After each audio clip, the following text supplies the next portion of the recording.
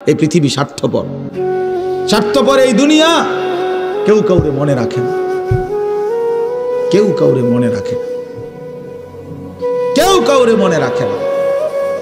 এই দুনিয়া, আমার যেদিন মৃত্যু হবে সেদিনও পৃথিবীতে আলো উঠবে, সূর্য উঠবে। এই রং তামাশার, এই দুনিয়ার ব্যস্ততার, এই ফুর্তি চলতেই থাকবে, কিন্তু আমি কবরে চলে যাই। এই জন্য আমাদের প্রত্যেকেই এটা ইনসাফের সাথে ভাবা উচিত। অনিবার্য এক বাস্তবতা, প্রিয় ভাই, চিরন্তন এক সত্য যে আমাকে মরতে হবে। পৃথিবীর কোনো যুক্তি, কোনো বিশ্লেষণ, কোনো শক্তি, কোনো ক্ষমতা, কোনো বাহাদুরি দিয়েই যেহেতু মৃত্যুকে আমি আড়াল করতে পারবো না, কবরকে আমি ঠেকাইতে পারবো না, অতএব যেই পরিস্থিতির মুখোমুখি আমাকে হতেই হবে, বুদ্ধিমান বিবেকবান উচিত সেজন্য নিজে প্রস্তুতি নেয়। যেহেতু কবরে যেতেই হবে আমাকে, কোনো যুক্তি নাই বলে আমি বুঝি নাই, না না বুঝলেও মরে যাবে, খেয়াল না করলেও মরে যাবে, হাসলেও মরণ, কাঁদলেও মরণ। সুখের অট্টালিকাতেও মৃত্যু হয়, জীর্ণ কুঠির কুড়ে ঘরেও মৃত্যু হয়। জীবনে যে কোনোদিন সুখ দেখে নাই সেও মরে যাবে, জীবনে যে কোনোদিন দুঃখ দেখে নাই সেও মরে যাবে। তাহলে ভাইয়া বাপ, যে মৃত্যু আমাকে বরণ করতেই হবে, যেই কবরে আমাকে যেতেই হবে, কোনো ফাঁক ফুক নাই, কোনো সাইড নাই, তাহলে তার জন্য প্রস্তুতি নেওয়া, তার জন্য বাবা যে সেখানে আমার কি হবে, সেখানে আমাকে কি করতে হবে, খোদার কসম এতটুকু বিবেক বুদ্ধি খাটানো এটা একটা সুস্থ মানুষের দাবি। কোরআনুল কারীমের মধ্যে আছে, আল্লাহ তাআলা বলেন, ফাবিআইয়ি হাদিসিন বা'দাহু ইউমিনুন। আল্লাহ তাআলা বলেন, বান্দা, এই কোরআনের চাইতে দামি আর কোন কথা বললে তুমি বিশ্বাস করতা? তুমি বলো।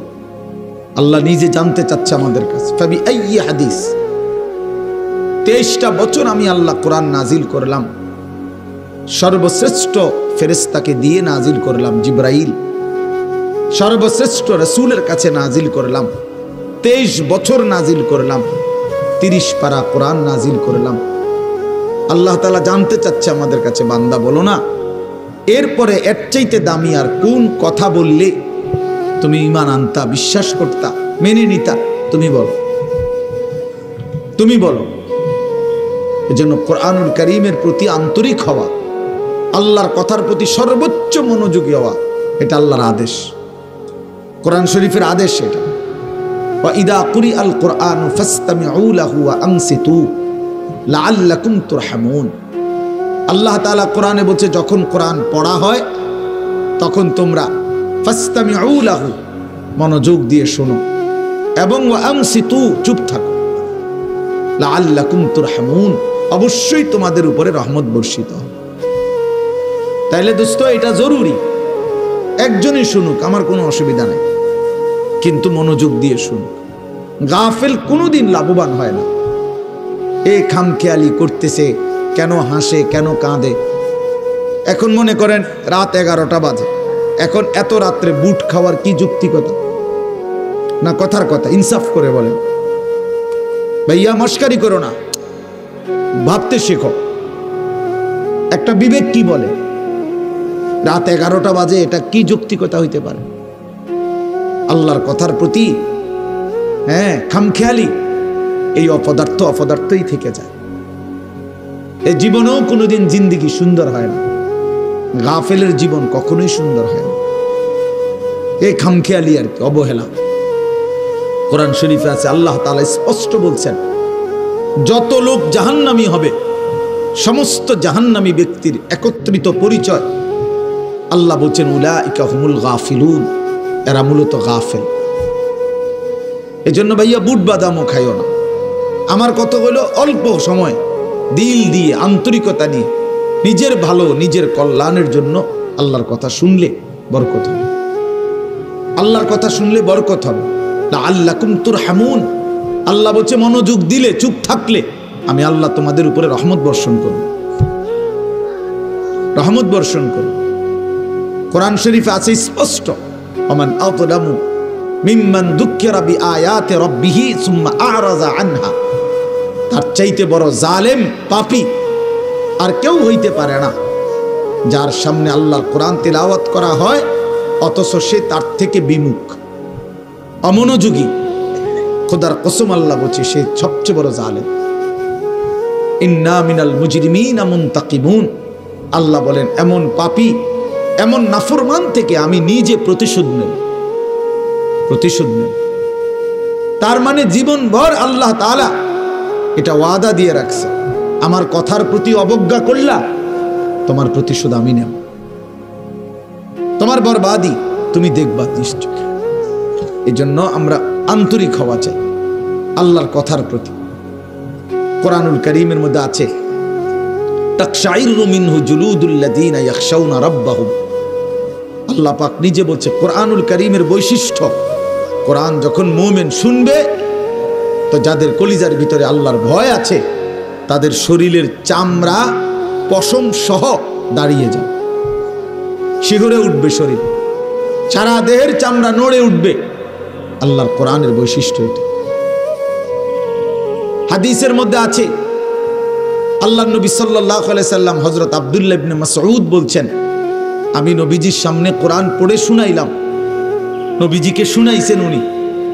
তিনি বলেন আমি 40 আয়াত একটানা নবীজির সামনে তেলাওয়াত করলাম মাথা নিচের দিকে নামাইয়া। 40 আয়াত পড়ার পর নবীজি আমাকে বললেন হাসবুকাল আন, এখন থামো।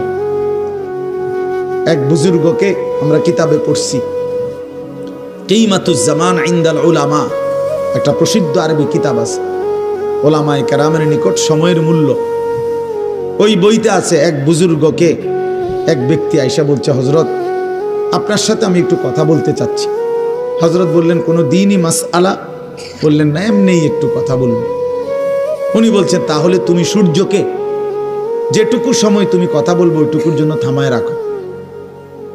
কসম আমরা কিতাবে পড়ছি। উনি বলছে তুমি সূর্যকে থামায় রাখো, যেটুকু সময় তুমি আমার সাথে কথা বলবা ওইটুকু সময়ের জন্য যদি তুমি সূর্যের গতি থামায় রাখতে পারো তাহলে কথা বলতে পারো, নাই তো আমার এইটুকু সময় তুমি নষ্ট করার কোনো অধিকার রাখো। এই 20 মিনিট তো আমার সময়, তুমি আমার সেই 20 মিনিট নষ্ট করবা কেন? এই আধা ঘন্টা তো আমার টাইম, তুমি আমার হায়াতের আধা ঘন্টা নষ্ট করবা কেন? হ্যাঁ, প্রয়োজনীয় মাসআলা হলে বলতাম, শুধু শুধু কথা, শুধু শুধু কি জামা এটা জাফানি টরে কত দিয়া লইছেন? 260 টাকা। তৈর মিয়া 220 টাকা দিয়া সিল্লাইয়া বেছে। হ্যাঁ, আমারে কইতেন মিয়া কয় গজ লাগবে মিয়া? হ্যাঁ, আমার পরিচিত কত দোকান আছে। হ্যাঁ, এই মানে এই বলতেছে এটার উপরে বেডার এটা সিলাইয়া আজকে 3 মাস হয়ে গেছে, ওই জামাটা পরে হে এখন 220 টাকা দিয়ে কাপড় কিনে। এগুলা অপ্রয়োজনীয় কথা না, বেহুদা কথা, অনর্থক কথা। এই জন্য দোস্ত ভাইয়া জিন্দিগি এত গাফেল হইতে নাই, সারাক্ষণই খামখেয়ালি, হাসি মজাক ঠাট্টা, এত মাতাল, এত পাগল, এত প্রতিবন্ধী। তুমি প্রতিবন্ধীর দিকে তাকায় দেখো, পাগলের দিকে মাতালের দিকে তাকায় দেখো, সে তো সারাক্ষণ অ্যাবনর্মাল। কিন্তু ইমানদার মুমিন সুস্থ মানুষ তার জিন্দিগির হিসাব থাকে, পরিকল্পনা থাকে। আমি হাসবো কেন, কাঁদবো কেন, আমি হাঁটবো কেন, বসবো কেন, আমি ঘুমাবো কতক্ষণ, আমি জাগবো কতক্ষণ। আমার যদি জিন্দিগির কোনো হিসাব কিতাব না থাকে এ তো অসুস্থ,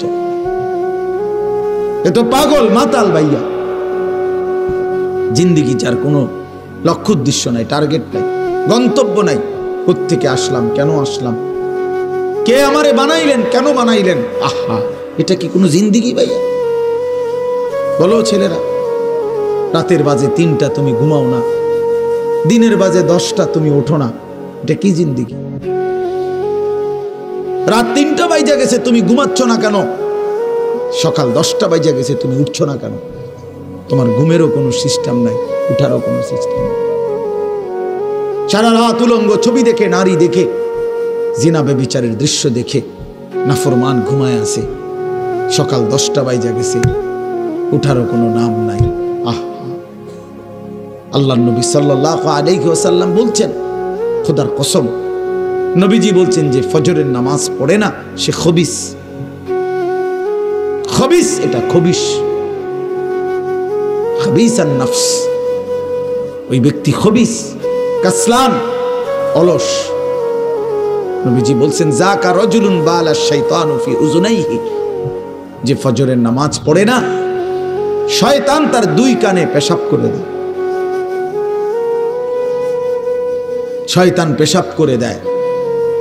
নবী সাল্লাল্লাহু আলাইহি ওয়াসাল্লাম বলেন ফজরের নামাজ না পড়ে যেই নাফরমান ঘুম থেকে জাগে ঘরের বাইরে বের হয় সে শয়তানের ইবলিসের পতাকা নিয়ে বের হয়।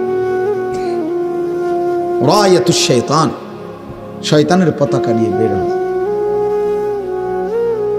এজন্য দোস্ত আমরা এটা বোঝা উচিত। আমার কথা, প্রথম কথা এটা প্রত্যেকেই বোঝা উচিত, আমি মুসলমান, আমার একজন আল্লাহ আছেন, আমার শ্রেষ্ঠ রাসূল আছেন, আমার একটা কিতাব কোরআন আছে, আমার একটা ধর্ম ইসলাম আছে।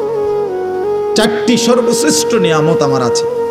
আল্লাহ আমার রব, মুহাম্মদ সাল্লাল্লাহু আলাইহি সাল্লাম আমার রাসূল, কোরআন আমার কিতাব, ইসলাম আমার ধর্ম। এই চারটি সর্বশ্রেষ্ঠ নিয়ামত থাকার পর আমি পথহারা হব কেন? তুমি চরিত্রহীন হবা কেন? তুমি দুশ্চরিত্র হবা কেন ভাইয়া? কিসের অভাবে নষ্ট হয়ে গেল? কিসের অভাবে? খোদার 365 দিনের এক বছরে তোমরা যেই ছেলে কোনোদিন ফজরের নামাজ পড়লা না, প্রিয় ভাই ইনসাফের সাথে বলো এটা মুসলমান? মুসলমানের বাচ্চা তো নিকৃষ্ট হয়। তুমি কোনো মায়ের ঘরেও জন্ম নিছ, মুসলমানের ঘরে 365 দিনে খোদার এক বছর কোনোদিন মনে পড়লো না ফজরের নামাজের কথা? মুসলমান এত বড় গাদ্দার হয়? মুসলমানের বাচ্চা এত বড় নাফরমান হয়? আহা, আফসোসের বিষয়। ওই মা যে 2 বছর দুধ পান করাইলেন এই জন্যই, মা যে 9টা মাস পেটে ধারণ করলেন এই জন্যই, এক মা তার সন্তানকে বুকে ধরায়া দুধ পান করাইছে 2 বছর এই আশায় যে 16 বছর বয়সে আমার ছেলেটা দিন রাত উলঙ্গ ছবি দেখবে, নারী আর ছবি আর মাতালের মতো জিন্দেগি কাটাবে। এই ছিল মার স্বপ্ন, এই ছিল মায়ের গর্ভে ধারণ, এর উদ্দেশ্য। ইনসাফ করো ভাইয়া, ইনসাফ করো দয়া করে দোস্ত। তোমার ভালো তোমাকেই বুঝতে হবে, তোমার কল্যাণ বুঝার তোমাকেই বুঝতে হবে। এই পৃথিবী স্বার্থপর, স্বার্থপর এই দুনিয়া। কেউ কাউরে মনে রাখে না, কেউ কাউরে মনে রাখে না, কেউ কাউরে মনে রাখে না। এই দুনিয়া, আমার যেদিন মৃত্যু হবে সেদিনও পৃথিবীতে আলো উঠবে, সূর্য উঠবে। এই রং তামাশার, এই দুনিয়ার ব্যস্ততার, এই ফুর্তি চলতেই থাকবে, কিন্তু আমি কবরে চলে যাব। এই জন্য আমাদের প্রত্যেকেই এটা ইনসাফের সাথে ভাবা উচিত। অনিবার্য এক বাস্তবতা, প্রিয় ভাই, চিরন্তন এক সত্য যে আমাকে মরতে হবে। পৃথিবীর কোনো যুক্তি, কোনো বিশ্লেষণ, কোনো শক্তি, কোনো ক্ষমতা, কোনো বাহাদুরি দিয়েই যেহেতু মৃত্যুকে আমি আড়াল করতে পারবো না, কবরকে আমি ঠেকাইতে পারবো না, অতএব যেই পরিস্থিতির মুখোমুখি আমাকে হতেই হবে, বুদ্ধিমান বিবেকবান উচিত সেজন্য নিজে প্রস্তুতি নেয়। যেহেতু কবরে যেতেই হবে আমাকে, কোনো যুক্তি নাই বলে আমি বুঝি নাই, না না বুঝলেও মরে যাব, খেয়াল না করলেও মরে যাব, হাসলেও মরণ, কাঁদলেও মরণ। সুখের অট্টালিকাতেও মৃত্যু হয়, জীর্ণ কুঠির কুড়ে ঘরেও মৃত্যু হয়। জীবনে যে কোনোদিন সুখ দেখে নাই সেও মরে যাবে, জীবনে যে কোনোদিন দুঃখ দেখে নাই সেও মরে যাবে। তাহলে ভাইয়া বাপ, যে মৃত্যু আমাকে বরণ করতেই হবে, যেই কবরে আমাকে যেতেই হবে, কোনো ফাঁক ফুক নাই, কোনো সাইড নাই, তাহলে তার জন্য প্রস্তুতি নেওয়া, তার জন্য ভাবা যে সেখানে আমার কি হবে, সেখানে আমাকে কি করতে হবে। খোদার কসম, এতটুকু বিবেক বুদ্ধি খাটানো এটা একটা সুস্থ মানুষের দাবি, সুস্থতার দাবি, এটা ইনসাফের দাবি, বিবেকের দাবি। এতটুকু বিবেক যদি কাজ না করে, ধরে নিতে হবে তার আকলই নাই, দেমাগই নাই, দেমাগই নাই। এজন্য কুরআনুল কারীমে আল্লাহ তাআলা বলেছে নাফরমানের দিল আছে কিন্তু কিছুই বোঝে না, নাফরমানের কান আছে শুনে না, চোখ আছে দেখে না। এজন্য আল্লাহ তাআলা বলছেন উলাইকা কাল আনআম, নাফরমান এক ধরনের জানোয়ার। প্রত্যেক পাপী হলো এক ধরনের জানোয়ার, নাফরমান জানোয়ার বেটা। আনআম চতুষ্পদ জন্তু, কারণ যার বিবেক কোনো কাজ করে না, বানানেওয়ালাকে চিনে না, সে চিনল কি? সৃষ্টিকর্তাকেই যে বোঝে না, খোদার কসম সে কিছুই বোঝে না, কিছুই বোঝে না। যার আল্লাহ নাই তার কিছুই নাই। আল্লাহকে হারিয়ে সব পেলেও কিছু পায় হয় না, আল্লাহকে পেয়ে সব হারালেও কিছুই হারায় না। জুতু মেরা তু সব মেরা। আমি এই জন্য অনুরোধ করছি, আলহামদুলিল্লাহ যথেষ্ট বয়ান হয়েছে। আমরা রাত গভীরে ইনসাফের সাথে এই যে কয়জন আমরা বসছি, প্রত্যেকের কাছে আমার কথা এটা, আমরা ভাবা উচিত ইস্তাফতি কালবাক। নবী সাল্লাল্লাহু আলাইহি ওয়াসাল্লাম বলছেন তোমার দিলকে প্রশ্ন করো, তোমার বিবেককে জিজ্ঞেস করো। এমনটাই হওয়া উচিত মুসলমান। তোমার বিবেক কি বল? একটা ছেলে বেনামাজি, তুমি আইসা দাঁড়াইয়া বলো ভাইয়া, একটা মিনিট তুমি মাইক ধরে বলো, মুসলমান এমনই হওয়া উচিত। তুমি দোস্ত তোমার ধর্মের ব্যাপারে একটা লাইন বলো, তুমি বলো তোমার ধর্মের ব্যাপারে তুমি এক লাইন বলো। তোমার রাসূলকে এভাবে প্রত্যাখ্যান করা উচিত। কোনদিন তোমার চুল নবী সাহাবী আউলিয়াদের মতো হবে না, কোনদিন তোমার জামা পোশাক নবী সাহাবী আউলিয়াদের মতো হবে না, কোনদিন তোমার চলাফেরা সাজগোজ নবী সাহাবী আউলিয়াদের মতো হবে না কোনদিন। তাহলে কি যোগ্যতায়, কি কারণে আমরা মুসলমান? যাদের কপালে সেজদা নাই, তুমি কিভাবে মুসলমান? যার লেবাসে পোশাকে ইসলামের কোনো চিহ্ন নাই, তুমি কোন যুক্তিতে মুসলমান ভাইয়া? কোন যুক্তিতে মুসলমান? আল্লাহ নবী সাল্লাল্লাহু আলাইহি ওয়াসাল্লাম বলছেন ফারকু মা বাইনানা ওয়া বাইনাল কুফরি আস-সালাহ, আমাদের মাঝে আর কাফেরের মাঝে পার্থক্য নামাজ। নামাজ মুমিন আর কাফেরের পার্থক্য করে। এটা কি মুসলমান না বেঈমান? এটার প্রমাণের চিহ্ন খোদার কসম ভোটার আইডি কার্ড না, জন্ম নিবন্ধন সনদ নয়, সেজদা। সেজদা এই কপাল দুনিয়ার কোনো কাজে ব্যবহার হয় না, পৃথিবীর কোনো উপার্জনের জন্য কপাল লাগে না। চাকরি, ব্যবসা, ক্ষেত খামার, অটো, সিএনজি, ফসল, দেশ বিদেশ, ভাইয়া ইনসাফের সাথে ভাইবা দেখো, বাবারাও ভেবে দেখেন, এই কপাল কোনো উপার্জনের কাজে ব্যবহার হয় না। উপার্জনের কাজে হাত ব্যবহার হয়, পাও ব্যবহার হয়, মেধা ব্যবহার হয়, যোগ্যতা ব্যবহার হয়। কপাল কোনো কামাই রোজগারের জন্য ব্যবহার হয় না। কপাল রব্বে করিম বানাইছেনই শুধু সেজদার জন্য, শুধু সেজদার জন্য, শুধু সেজদার জন্য, শুধু সেজদার জন্য। এই জন্য যে কপালে সেজদা নাই ওইটা মানুষের বাচ্চা না, যে কপালে সেজদা নাই ওটা মুসলমানের বাচ্চা না, ওটা মানুষের বাচ্চা না।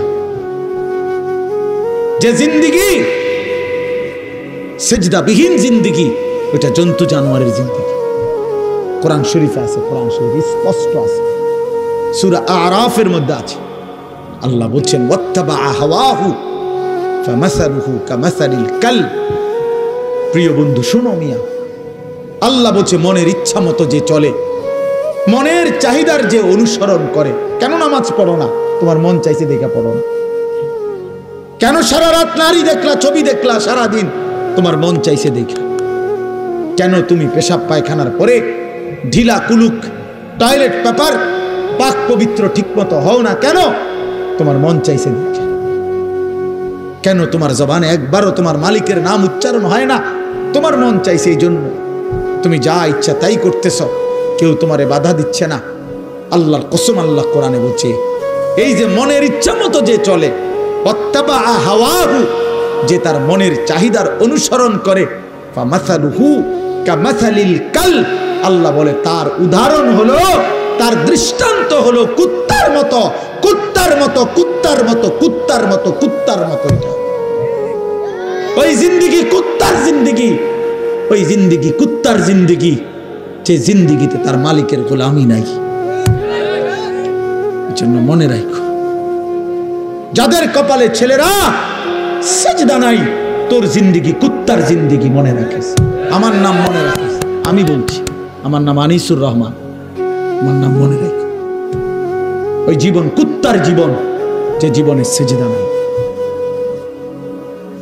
ওই জিন্দিগি জানোয়ারের জীবন, যে জীবনে মালিকের গোলামি নাই, আল্লাহর নাফরমানি চেয়েছে। কেন সেজদা দিবা না? তুমি মানুষ না? তুমি জানোয়ার?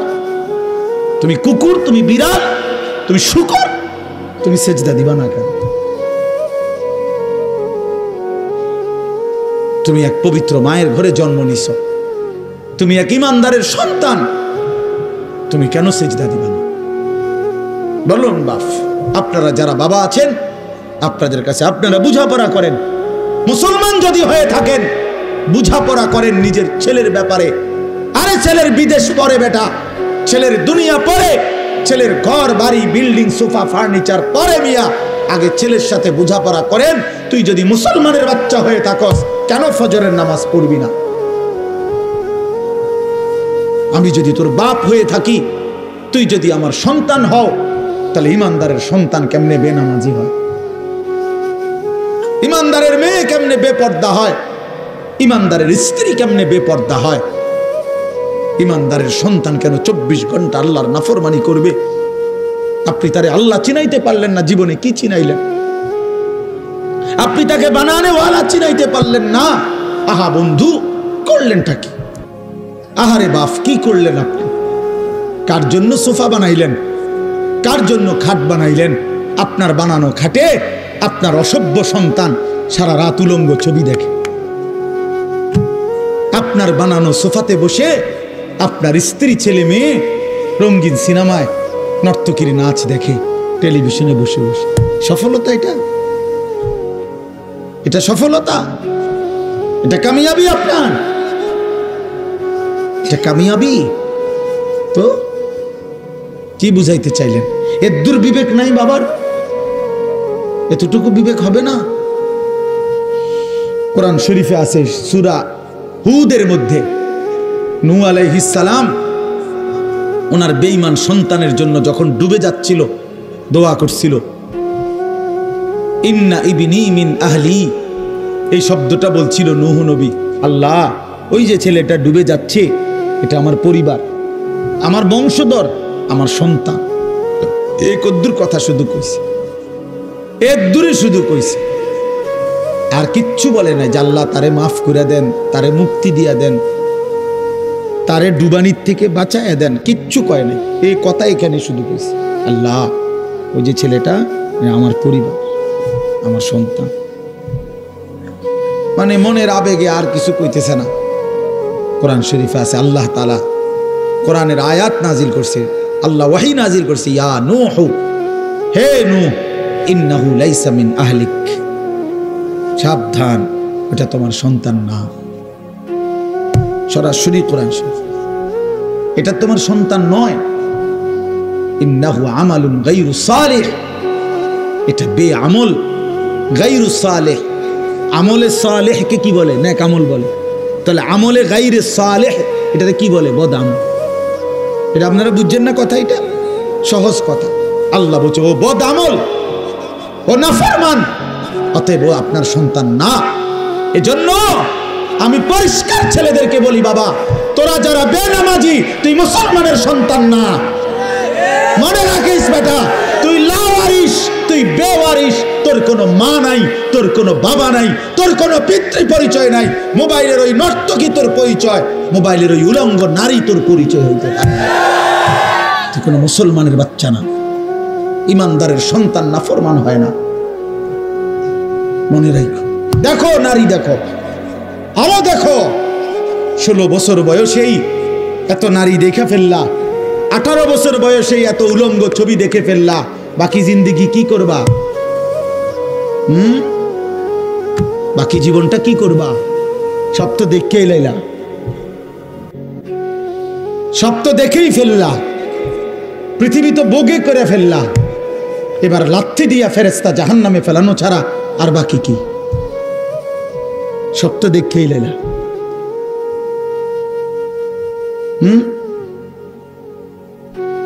হালাল স্ত্রীর ভালোবাসা তো আর মিলবে না, পবিত্র স্ত্রী তো আর মিলবে না। আল্লাহ কোরআনে ওয়াদা দিছে, যেই পুরুষ খবিস অসৎ চরিত্রের, আল্লাহর ওয়াদা তার স্ত্রীও মিলবে খবিস। কি আয়াত? আল খাবিসাতু লিল খাবিসিন ওয়াল খাবিসুনা লিল খাবিসাত। সরাসরি কোরআন শরীফের আয়াত। বন্ধু মনে রাখো, আমি ডেইলি বলি, রাস্তার বেডি আর মোবাইলের বেডি আর বাস্তবতার বিবি এক কথা না। রাস্তার নারী 2 নম্বর হইলে তোমার সমস্যা নাই, মোবাইলের নর্তকী 3 নম্বর হইলেও তোমার সমস্যা নাই। কিন্তু তোমার বউ যদি 2 নম্বর হয়, চরিত্রহীন হয়, তুমি বুঝবা দুনিয়া কারে বলে। তোমার হায়াতি তখন হয়ে যাবে জাহান্নামের টুকরা। এজন্য প্রিয় সন্তান মনে রাখো, এত অল্প বয়সে এত নষ্ট হইও না, এত কম বয়সে এত চরিত্রহীন হইও না, এত চালাক ভাইব না নিজেরে, এত চালাক ভাইব না, এত বুদ্ধিমান মনে করো না। তোমরা অনেক চালাক মনে করতেছো নিজেরে। কেন? বাপে কিছু কয় না, মায়ে কিছু বলে না। আহা, আমি আজকেও বলছি সাদ ভাই, আমার জীবনের সবচেয়ে আশ্চর্য লাগে, আহারে একটা ছেলের 18 বছর বয়স, এক ওয়াক্ত নামাজ পড়ে না, সারাদিন মোবাইল, চুলের বাহার, সারাদিন বন্ধুদের আড্ডায় শেষ। একটা মা, আপন মা, বাপ, আত্মীয় স্বজন, পাড়া পড়শি, কেউ তারে কদ্দুর ডাকে না। কিরে বাবা, একটা ছেলে ভাইবো ভাইয়া, তোমারে শুধু বলি, তুমি একটাবার ইনসাফের সাথে ভেবে দেখো, তুমি প্রতিনিয়ত গুনাহ আর অশ্লীলতার মধ্যে ডুবে যাচ্ছ, কিন্তু কেউ তোমারে কদ্দুর ডাকেও না। কিরে বাবা, তুই এরম করস কা? আহারে, তোর কি আল্লাহ নাই, আখেরাত নাই? তোর কি বাবা কবর নাই? কেউ তারে কদ্দুর মনে করায় না। এমন অভিশপ্ত হইল কেন? ইনসাফ কি বল? মানে ওরে কেউ ডাকে না কা? আপন মাও আপন সন্তানকে ডাকে না, বাবাও ডাকতেছে না, কেউ তারে ফিরাচ্ছে না। তোমারে সবাই ছেড়ে দিছে কেন বাবা? এর মূল কারণ মনে রাখেন, ছেলেরা বাপ মনে রাখো, যার উপরে আল্লাহর লানত পড়ে, খোদার লানত, তারে গোটা সৃষ্টি ঘৃণা করে। তোমারে আর কেউ পছন্দ করে না, এজন্য কেউ তোমারে আর ডাকে না। যদি আমার ছোট ভাই হয়, আমি যদি তার অন্যায়ের কারণে ডাইকা এনে থাপ্পড় দেই, মারি, শাসন করি, এটা তার জন্য কল্যাণ, কারণ আমি তারে ফিরাই আনলাম। আরেক হইলো আমি তার সাথে এতটা রাগ করলাম যে যা, তোর যেটা মনে কর তুই এটা কর, পিছা দিয়া ফির তোর কপালে তুই যা, আমি তোরে কোনোদিন ডাকবো না, বলবো না, ছুঁইবো না, যা মন চায় তুই যা কর।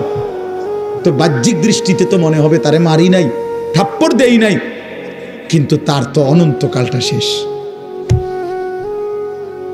তার ভবিষ্যৎটা শেষ, তার লাইফটা তো শেষ। তার চাইতে ভালো ছিল তারে মারা, কিল, কনি, ঘুষি দিয়া হইল ফিরাইয়া আনা, এটা উত্তম ছিল না? এজন্য তোমারে ফিরাবে না কেন? তোমরা যারা সারা দিন রাত এক ওয়াক্ত নামাজ পড়ো না, কোনোভাবেই আল্লাহ আখিরাত পরকালের কিছুই বুঝো না, এমন অভিশপ্ত, মাত্র 18 বছর বয়সে খোদার গজব পড়লো তোমার উপরে, আল্লাহর লানত পড়লো কেন? 18 বছর বয়সে এত বড় নাফরমান হয়ে গেল কেন? 20 বছর বয়স না হইতেই বাবা তুমি এত বড় আল্লাহর অভিশপ্ত বান্দা হয়ে গেল কেন, যে কেউ তোমার আর পছন্দ করে না, কেউ ডাকে না? আমি একটু আগেও বলছি বয়ানে, আমার মার বয়স 75 বছর, আমার আম্মার বয়স, আমার বয়স 44 বছর। আমি আজকে 21 বছর ওয়াজ মাহফিলের এই জিন্দিগি আমার, আলহামদুলিল্লাহ। আমার 4টা সন্তান আছে বাবা, আমার 4টা ছেলে মেয়ে আছে। আমার এই 44 বছর বয়সেও আমার আম্মা 75 বয়স্ক মহিলা, এখনো আমার মা আমারে কথা হইলেই বলে, হুত নামাজ শুনি, খোদার কসম মা আমারে এখনো জিগায়, ফুত নামাজ শুনি, নামাজ পড়ছি। আমার সন্তানদেরকে দেখলো জিগায়, নাতি নামাজ শুনি। আমার মা আমারে আজও বলে, হুত কতখানে ওয়াজে যাও, মানুষের লোকে চাই টাকা পয়সা লইয়া কি করো না, কষ্ট দিও না, ঝামেলা করো না। কতবার যে কইছে মা আমার এই কথাইটা, শতবার কইছে মা আমার এই জীবনে। কিরে ভাইয়া, 75 বছর বয়স্ক মা তো আমার 44 বছর বয়সী সন্তানকে আজও ডাকে যে ফুত নামাজ পড়ছনি, তোমার বয়স মাত্র 18 বছর, তোমারে কেন কেউ ডাকে না? তোমার জীবনে এত বড় অভিশপ্ত হলো কেন? নুয়াল্লিহি মা তাওয়াল্লা ওয়া নুসলিহি জাহান্নাম ওয়া সাআত মাসীরা। আল্লাহ বলে, আমার যে বান্দা আমার রাসূলের বিরুদ্ধাচরণ করবে এবং আমার ঈমানদার মুমিনদের পথ থেকে উল্টো পথে চলবে, আল্লাহর কসম আল্লাহ বলে নুয়াল্লিহি মা তাওয়াল্লা, আমি তাকে সেই উল্টো পথেই চালাবো, ওয়া নুসলিহি জাহান্নাম, একদিন তাকে জাহান্নামেই ফেলে দেব, একদিন তাকে জাহান্নামেই ফেলে দেব। ওয়ালা তাকুনু কাল্লাযীনা নাসুল্লাহ ফাআনসাহুম আনফুসাহুম। রব্বুল আলামিন বলেন, ঈমানদার, আমি আল্লাহকে এতটা ভুলে যেও না। বেশি দিন ভুলে গেলে আমি একদিন তোমাকে নিজের পরিচয় ভুলিয়ে দেব, আত্মপরিচয় ভুলে যাবা বান্দা, আর কোনোদিন মনে পড়বে না তুমি মুসলমান, আর কোনোদিন মনে পড়বে না তোমার কবর আছে, হাসর আছে, আখিরাত আছে, আর কোনোদিন পরকাল ভুলে দেব। ব্যস্ততম এই দুনিয়ায় কারাকারি কামড়াকামড়ি করতে করতে, দুনিয়া কারাকারি করতে করতে, দুনিয়ার নেশায় পড়ে থাকতে থাকতে একদিন কবরে পৌঁছায় দেব, আখিরাত ভুলায় দেব। আল্লাহাকুমুত তাকাসুর হাত্তা যুরতুমুল মাকাবির। আল্লাহ বলে, বান্দা, দুনিয়া বাড়ানোর নেশায় আখিরাত ভুলে গেলা, কিন্তু মনে রেখো এরই মাঝে একদিন কবরস্থানে পৌঁছে যাবা, ঠিকই একদিন কবরস্থানে চলে আসবা। কাল্লা সাউফা তা'লামুন, সেদিন কবরে আসলেই আমি আল্লাহ তোমাকে বুঝিয়ে দেব আমার প্রতিটা নাফরমানির শাস্তি। এই জন্য প্রিয় বন্ধু, আমার মূল বক্তব্য এবার ইনসাফের সাথে বুঝেন। সবাই আলহামদুলিল্লাহ মনোযোগী হয়েছেন, আমরা কম হই কিন্তু মনোযোগী হইছি। এই যে আন্তরিকতা নিয়ে এখন শুনতেছেন, এবার একবার এতক্ষণের ধমকা ধমকি, মূল মাকসাদ দোস্ত, খোদার কসম আমি কোনো কারোর সাথে ঝগড়া করে বসছি না। ঝগড়া করে বসছি ভাইয়া এমন তো না যে কারোর সাথে আমার কাজ্জা ঝগড়া হয়েছে। এই এতগুলো ধমকের মাকসাদ তো ফিরাইতে চাই, তোমার বিবেক জাগাইতে চাই, ইমানদারের বিবেক জাগাইতে চাই। এই জন্য এতগুলো শক্ত কথা বললাম। অর্থ হইল দিলটা জাগুক, ইনসাফ আসুক, বিবেক আসুক, জাগুক। তো যদি আমরা বুঝি আমরা মুসলমান, আমরা মুমিন, তাইলে বাপ আমাদের জিন্দেগি আখিরাত, আমাদের জীবন দুনিয়া না। দুনিয়া আমাদেরকে অল্প সময়ের জন্য দেওয়া হয়েছে, মূলতই আমাদের যাবতীয় হাসি কান্না আনন্দ বেদনা, আমাদের জিন্দেগির যাবতীয় প্রস্তুতি খোদার কসম আখিরাতের জন্য, আখিরাতের জন্য। আমাদের সত্যিকার অর্থে আমরা একটা মিনিট, আমার শায়েখ আরিফ বিল্লাহ হাকিমুন নফস আল্লামা মুফতি মুশতাকুন নবী কাসিমি হুজুর আমার মাদ্রাসায় কয়দিন আগে বয়ান করছিলেন। 8ই ফেব্রুয়ারি আমি আমার মাদ্রাসায় কিশোর যুবক ছেলেদের জন্য আলাদা ইসলাহি মজলিসের আয়োজন করছিলাম বয়ানের। 16 বছর থেকে 30 বছর বয়সী, শুধু এই বয়সী ছেলেদের জন্য প্রায় 600 ছেলে উপস্থিত হয়েছিল। তখন হজরত বলছিলেন ওইখানে বয়ানে যে ভাইয়া, আমাদের জিন্দেগি দুইটা, আমাদেরকে আমাদের আল্লাহ দুনিয়া ছাড়তে বলে নাই, আখিরাত ভুলতে বলে নাই, দুনিয়া বাদ দিতে বলে নাই। আল্লাহ ওয়ালা তানসা নাসিবাকা মিনাদ দুনিয়া, আল্লাহ বলছে বান্দা দুনিয়া ভুলে যেও না। আমি বাজার, ব্যবসা, হাট ঘাট, চাকরি, ক্ষেত খামার, স্ত্রী, সন্তান, ঘর পরিবার, ঘুম, আহার, নিদ্রা, আমি কোনোটাই বাদ দিতে বলি নাই বান্দা, ছাড়তে বলি নাই। আমি আল্লাহ তোমাদের জিন্দেগি বানাইছি দুইটা, একটা হলো দুনিয়া আর একটা হলো আখিরাত। দুনিয়া তুমি কর্ম করবা আর আখিরাতের জন্য আমল করবা। দুনিয়া কর্ম, আখিরাত তোমার ধর্ম। দুনিয়ার জন্য করবা কর্ম, আখিরাতের জন্য করবা ধর্ম। তো ধর্ম এবং কর্ম, কর্ম এবং ধর্ম মিলবে, তোমার গন্তব্য জান্নাতে হবে। তাইলে এখন হুজুর একটা আশ্চর্য সুন্দর কথা কইছে যে আল্লাহ বলছে বান্দা দুনিয়া তোমার কর্ম, আখেরাতের জন্য তোমার ধর্ম, কিন্তু আখেরাত লম্বা সময়, দুনিয়া স্বল্প সময়।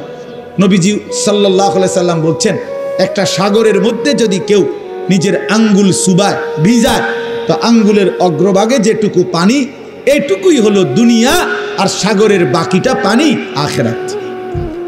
তাইলে আখেরাত লম্বা না দুনিয়া লম্বা বলেন?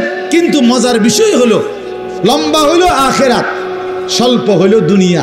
কিন্তু আল্লাহ তাআলা আমার হায়াত, আমার সময় স্বল্প দুনিয়ার জন্যই দিয়েছেন বেশি, আর অনন্তকালের আখেরাতের জন্য আমল চাইছেন অল্প অল্প। সকাল 6টা বাজে 4 রাকাত ফজরের নামাজ, তাহলে 10 মিনিটের বিষয়। আবার দুপুর 1:30টা বাজে 10 রাকাত জোহরের নামাজ, 20 মিনিটের সময়। তাইলে ধরে নিলাম সকাল 6টার পরে 7টা, 8টা, 9টা, 10টা, 11টা, 12টা, 1টা, প্রায় 7.5 ঘন্টা পরে আবার 20 মিনিট। তাহলে সকালের 10 মিনিট আর দুপুরের 20 মিনিট, এই হলো 30 মিনিট মনে করেন আখেরাতের জন্য, আর 7.5 ঘন্টা আমার দুনিয়ার কর্মের জন্য। তাহলে স্বল্প সময়ের দুনিয়ার জন্য আমারে সুযোগ দিলেন বেশি, অনন্তকালের আখেরাতের জন্য আমলের জন্য চাইলেন আমার কাছে অল্প সময়, এটাও আল্লাহর জন্য আমরা দেব না? এটা ইনসাফ হইল? এটা বিবেকের দাবি হইল ভাইয়া? অতএব আমি অনুরোধ করছি মেহেরবানি করে আমরা ভাবতে শিখি। তাইলে শেষ, আমার কথা শেষ, আর অল্প একটু কথা। তাইলে আমি বলতে চাচ্ছি আমরা যদি বুদ্ধিমান হইতাম তাইলে দুনিয়া আমাদের সুন্দরী চলে, আখেরাত সাথে নিলে দুনিয়া লস হয় না। আখেরাত সাথে নিলে 5 ওয়াক্ত নামাজ যদি কেউ মজবুত সিদ্ধান্ত নেয়, এটা কঠিন কিছু না। হালাল উপার্জনের কেউ সিদ্ধান্ত নিলে এটা কঠিন কিছু না। চরিত্র হেফাজতের সিদ্ধান্ত নিলে খোদার কসম এটা কিছুই না। আল্লাহ তাআলা হাদিসে কুদসিতে আছে, ওয়াদা দিছে, কেউ যদি আমি আল্লাহর ভয়ে চোখ হেফাজত করে, আমি তার দিলের মধ্যে ইমানের এমন স্বাদ দেব যে নগদ ইমানের মজা সে পাইতে থাকবে। খোদার কসম এটা হাদিস। মান তারাকাহা মাখাফাতি আবদালতুহু ঈমানান ইয়াজিদু হালাওয়াতাহু ফি কলবি। তাহলে গুনাহ ছেড়ে দিলে, আল্লাহকে মেনে নিলে, আল্লাহর ইবাদত করিলে খুব কঠিন কিছু না, খুব কঠিন কিছু না। এই জন্য প্রিয় ভাই আমার, বাপ আমার, এই শেষ বেলায় আমি এই অনুরোধটাই করতে চাই, আমরা যদি বুঝি আখেরাত আমাদের জিন্দেগি, পরকালের জন্যই আমাদের প্রস্তুতি, তাইলে আমাদের প্রস্তুতির আখেরাত সাজাইবার সবচেয়ে সুন্দর সিজন, শ্রেষ্ঠতম মাস মাহে রমজান। মাহে রমজান আমাদের সামনে একদম মুখোমুখি, শাহরু রমাদান, রমজান মাস। এই রমজান মাসটাকে কদর করার কথা আমি বলতে চাই, এটাই আমার শেষ আহ্বান। কেউ যদি বুঝি আমরা আমার আখেরাতি মূল, আমার দুনিয়া সামান্য, তাহলে আমাদের উচিত মাহে রমজানের প্রস্তুতি নেওয়া, মাহে রমজানের প্রস্তুতি নেওয়া। মাহে রমজান আল্লাহ নিজের, এই যে প্যান্ডেল আপনারা সাজাইছেন সুন্দর করে মাহফিলের জন্য, খোদার কসম আল্লাহ তাআলা বলে, বান্দা রমজান আমি নিজ হাতে সাজিয়েছি আমার বান্দাকে জান্নাত দেওয়ার জন্য, জাহান্নাম থেকে বাঁচাবার জন্য। যদি বলি আল্লাহ কেমনে সাজাইলেন, আল্লাহ তাআলা বলেন, শুনো আমার সাজানোটা তোমরা শুনো। 1, আমি আল্লাহ জান্নাতের সব দুয়ার খুলে দিয়েছি। 2, জাহান্নামের দরজাগুলো বন্ধ করে দিয়েছি। 3, সমস্ত শয়তান এবং দুষ্ট জিন শেকলে বন্দী করে দিয়েছি। এবার আসো রমজানের ভিতরে আমি আল্লাহ তাআলা রমজানের প্রথম দশক রহমত দ্বারা সাজিয়েছি, মাঝের দশক মাগফিরাত দ্বারা সাজিয়েছি, শেষ দশক নাজাত দ্বারা সাজিয়েছি। এবার আসো ইবাদত, সারা বছরের ইবাদতের সাথে আমি আরো নতুন নতুন কতগুলো ইবাদত রমজানে যোগ করেছি। কি? 1 মাসের পূর্ণ রোজা, 1 মাসের পূর্ণ 20 রাকাত তারাবি, 1 মাসের জন্য ইফতার, 1 মাসের জন্য সাহারি। এই 4টা ইবাদত, ইফতারও ইবাদত, সাহারিও ইবাদত। সাহারি বুঝুন তো না, রাত্রির খাবার। এরপরে রোজাটাও ইবাদত, এরপরে 20 রাকাত তারাবিও ইবাদত। আল্লাহ বলেন এরপরে শেষ দশক, শেষের 10 দিন এতেকাফ, মসজিদের এতেকাফ আমি এর দ্বারা সাজিয়েছি। শেষ দশকের বেজর রাত্রিগুলো আমি আল্লাহ তাআলা শবে কদরের দ্বারা সাজিয়েছি। সুবহানাল্লাহ। এরপরে আল্লাহ বলেন নেকির হিসাব হইল একটা নফল একটা ফরজের সমান, একটা ফরজ 70টা ফরজের সমান। একজন রোজাদারকে ইফতার করাইলে 3টা পুরস্কার, গুনাহ মাফ, জাহান্নাম থেকে মুক্তি, রোজাদারের সমপরিমাণ নেকি, সমপরিমাণ নেকি। আল্লাহ তাআলা বলে বান্দা এতভাবে আমি আল্লাহ রমজানকে সাজাইলাম, উদ্দেশ্য কি? শুধু তোমাকে জান্নাত দেব, তোমাকে আমি জান্নাত দিতে চাই বান্দা, তুমি নেও বান্দা, লাআল্লাকুম তাত্তাকুন। আল্লাহ বলছে 1 মাসে মুত্তাকি বানিয়ে দেব, 1 মাসে তুমি আমার গুনাহ ছেড়ে দাও, আমার একটা রমজান তুমি কদর করো বান্দা, আমি তোমারে মুত্তাকি বানিয়ে জান্নাতি বানিয়ে দেব। এই জন্য আল্লাহ বলছে শাহরু রমাদান, যে আয়াতটা আমি পড়েছি আল্লাহ নিজে রমজান মাস, এই শব্দ রমজান মাস আল্লাহ নিজে কোরআনে উল্লেখ করছে। এই জন্য রমজান মাস এটা উচ্চারণ হয় বছরে কতদিন জানেন? প্রতিদিন, প্রতিদিন, প্রতিদিন। কেমনে? কারণ 24 ঘন্টা পৃথিবীতে কোথাও না কোথাও আল্লাহর কোরআন তিলাওয়াত হয়। আর শাহরু রমাদান এই শব্দ অতএব জমিনে 24 ঘন্টায় কোথাও না কোথাও কারো না কারো জবানে উচ্চারিত হয়। সারা বছর রমজানের কথা আলোচিত হয়। নাহলে এই শব্দ শাহরু রমাদান যে কোরআন শরীফের শব্দ না, তাহলে এটা কেউ না কেউ তো পড়তেছে, কেউ সবক দিতে আছে, কেউ শুনানি চলতে আছে। মানে 24 ঘন্টা আল্লাহর জমিনে সারা বছর এক আওয়াজ উচ্চারিত হয়, রমজান মাস, রমজান মাস, রমজান মাস, শাহরু রমাদান। আল্লাহ এবার বলে বান্দা শোনো, এই মাসের পরিচয় আমি বললাম, আমার পরিচয় আমি দেই আমার মাসের। আল্লাযী উনজিলা ফীহিল কোরআন, এটা সেই মাস যে মাসে কোরআন নাজিল করা হয়েছে। কোরআন নাজিল করাতে এই মাস দামি। আমার শায়েখ আল্লামা মুফতি মুশতাকুন নবী সাহেব বলে যে দেখো, একটি রমজানে কোরআন নাজিল হয়েছিল, প্রত্যেক রমজানে কোরআন নাজিল হয় না। কোরআন তো একটি রমজানে, নবীজির বয়স যখন 40, ওই সময়ে একটা রমজান কোরআন নাজিল হয়েছিল। কিন্তু ওই এক মাসে একবার কোরআন নাজিল হওয়ার কারণে কোরআনের বরকতে ওই মাস যতবারই পৃথিবীতে আসে ততবারই দামি হয়ে যায়। ওই একটি রাত শবে কদর, ওইটা তো একটা রাতে কোরআন নাজিল হয়েছিল, কিন্তু ওই রাত এটা এবার যতবারই আসে ঘুরে ঘুরে ততবারই ওই রাত দামি হয়ে যায়। এজন্য কোরআন যে রাতের সাথে একবার লাগছে, এই রাত আজীবনের জন্য দামি হয়ে গেছে। কোরআন যেই মাসের সাথে একবার লাগছে, ওই মাস আজীবনের জন্য দামি হয়ে গেছে। কোরআন যেই বান্দার জীবনে একবার লাগবে, ওই বান্দাও আজীবনের জন্য দামি হয়ে যায়, দামি হয়ে যায়।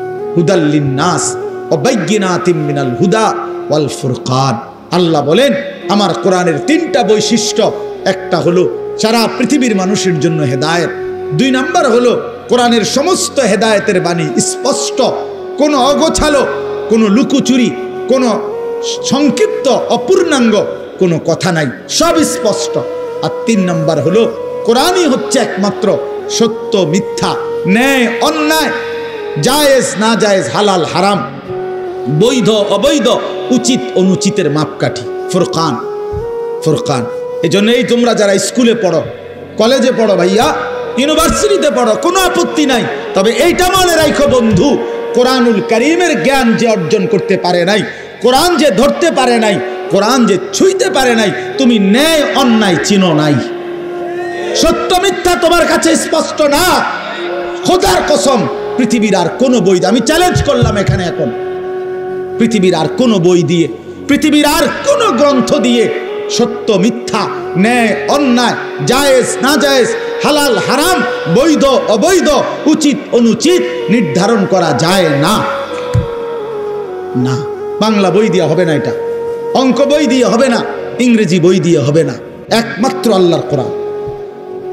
বৈধ অবৈধ নির্ধারণ করে আল্লাহর কোরআন, হালাল হারাম নির্ধারণ করে আল্লাহর কোরআন, উচিত অনুচিত নির্ধারণ করে আল্লাহর কোরআন। ফুরকান এটা।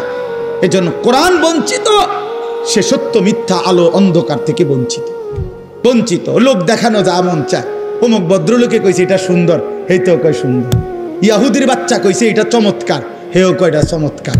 খ্রিস্টানের বাচ্চা কইছে এটা যৌক্তিক, হেও কয়টা যৌক্তিক, হেও কয়টা যৌক্তিক। কারণ তার কাছে তো মূল কষ্টি পাথর আল্লাহর কোরআন নাই। এবার যেই বেঈমান যেটা কয় ওইটাই ভালো লাগে। এই জন্য দেখেন না, আমাদের যেই ছেলেদের কোরআন সুন্নাহর আলোকে নবী সাহাবীদের চুল থেকে যারা বঞ্চিত, তাদের আর চুলের নির্ধারিত কোনো স্টাইল নাই। যখন যেটা দেখে, যেটা ভাল লাগে। দেখেন যারা নবী এবং সাহাবী আউলিয়াদের পরনের পোশাক থেকে বঞ্চিত, তাদের আর নির্ধারিত কোনো প্যান্ট আর শার্টের মডেল নাই। যখন যেটা ভাল লাগে ওইটাই কিনবে, যখন যেটা চলাফেরা ভালো লাগে সেটাই ভালো লাগে। তার মানে আল্লাহ থেকে বঞ্চিত, রাসূল থেকে বঞ্চিত, তো সে সত্য সঠিক ইনসাফ ন্যায় পরায়ণতা থেকে বঞ্চিত, বঞ্চিত। সর্বশেষ কথা হলো আল্লাহ বলেন ফামান শাহিদা মিনকুমুশ শাহরা ফালিয়াসুমহু।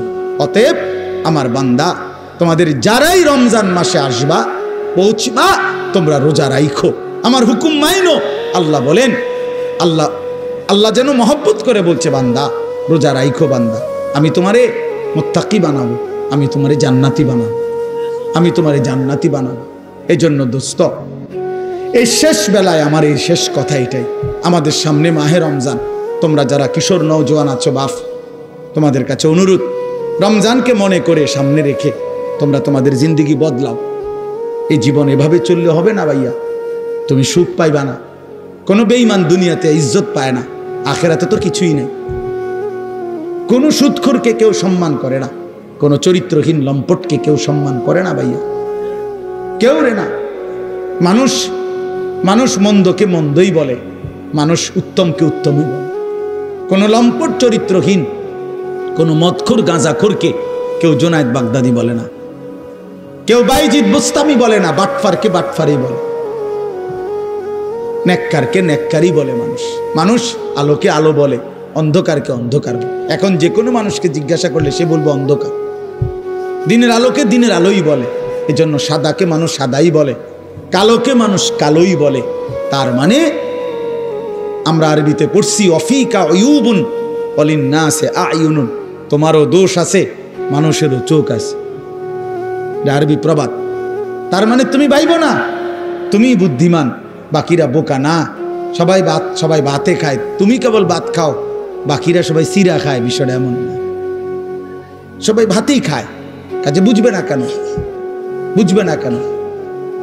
আল্লাহ নবী সাল্লাল্লাহু আলাইহি সাল্লাম বলছেন, অন্ধকারে একাকিত্বে যে গুনাহ করে, খোদার কসম আল্লাহ নবী বলছে দিনের আলোতে আল্লাহ তাআলা তার চেহারার মধ্যে সেই অপরাধের চিহ্ন ভাসিয়ে দেয়। এজন্য মানুষ দেখলেই কয় নাফরমানি তো করছে, গাঁজা তো খাইছে, নেশা তো করছে গোপন কোনো জায়গায়, কিন্তু বাইরে হইলে মানুষ চেহারার দিকে তাকাইলেই বলে, দেখতেই বোঝা যায় ফুটটা খোর,